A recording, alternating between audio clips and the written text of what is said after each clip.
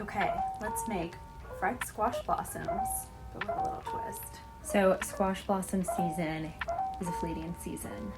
It's short, but sweet. And when it comes around, you don't want to miss it. All right, so let's go over the ingredients and what you're gonna need. All right, so of course, obviously, we're making fried squash blossoms, so we need some squash blossoms, duh. I get these at my local farmer's market. They usually come about this size, sometimes a little bit smaller. If they're smaller, you'll just wanna double up on how many you use. All right, and then I have some flour. I'm using all-purpose flour. I've got baking powder. That's gonna help the batter to be a little bit fluffier. We've got some sea salt. I've got cornmeal, which is my secret ingredient to make the fried squash blossoms extra crispy. And who doesn't love extra crispiness? Let's be real. We've got some dried garlic powder. I've got basil. This is for garnishing. And here comes the twist. Are you ready for it? We've got some Parmesan cheese, and we're gonna do some fresh black pepper because these fried squash blossoms are going to be Cacio Pepe style. Ooh, and I just realized I forgot an ingredient, so bear with me. All right, so you're also gonna need some sparkling water. I realize this is going to show backwards on the video.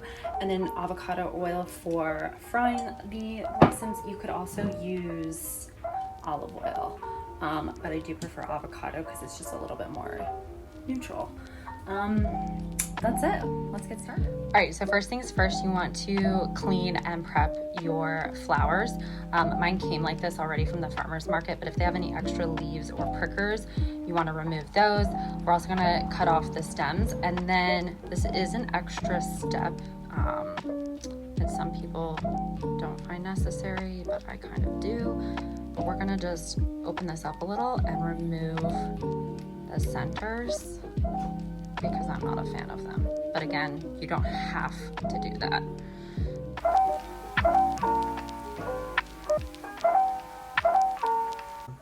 All right, so one last option to remove this part, you can just kind of gently peel it away from the blossom and remove it like that. And then you have your squash blossom ready to go. All right, so in a mixing bowl, we're gonna add the flour. We're gonna add the cornmeal, some baking powder. All right, next we're adding the garlic powder, salt, and we're adding the black pepper. All right, then we're adding some fresh grated parm. And last but not least, we're adding seltzer water. Then you want to just stir until everything is combined.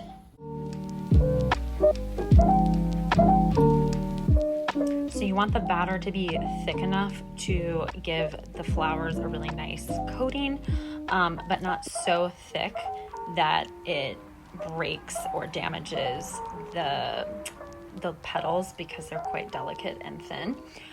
So if you find that the batter is a little too thick, you can always add a splash more of the sparkling water.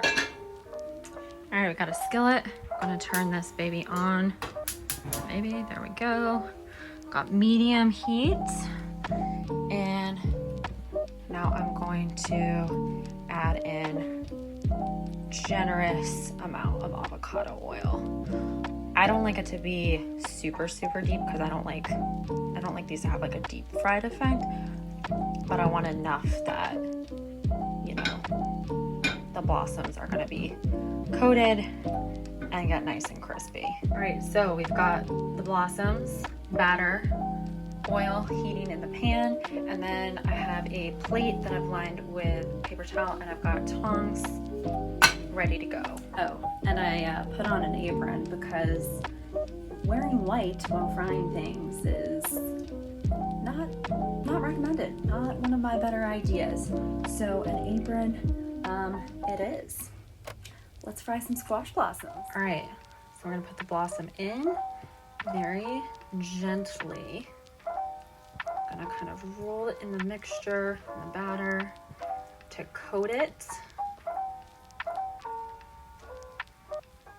You want to be really careful, because as I mentioned before, these flours can be a little bit fragile and delicate. Although the nice thing is, if they break a little, you just cover it with some batter, and then you fry it up and you cover it with more cheese, and it's all crispy and golden and delicious, and you eat it 2 seconds later and no one even notices that it's broken. You know what I'm saying? All right, first one going in.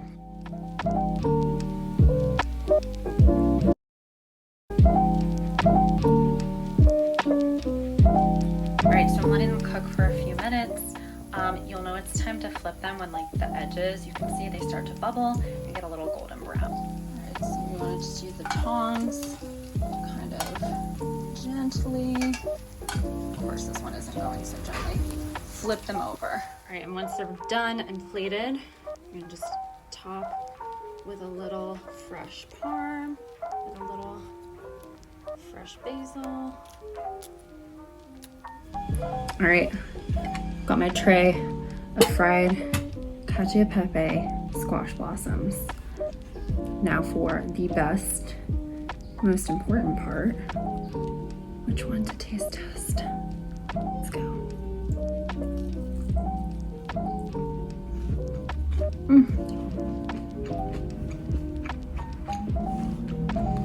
So good. Oh my god. Look at that. Look at that crunch. Look at that golden, crispy goodness.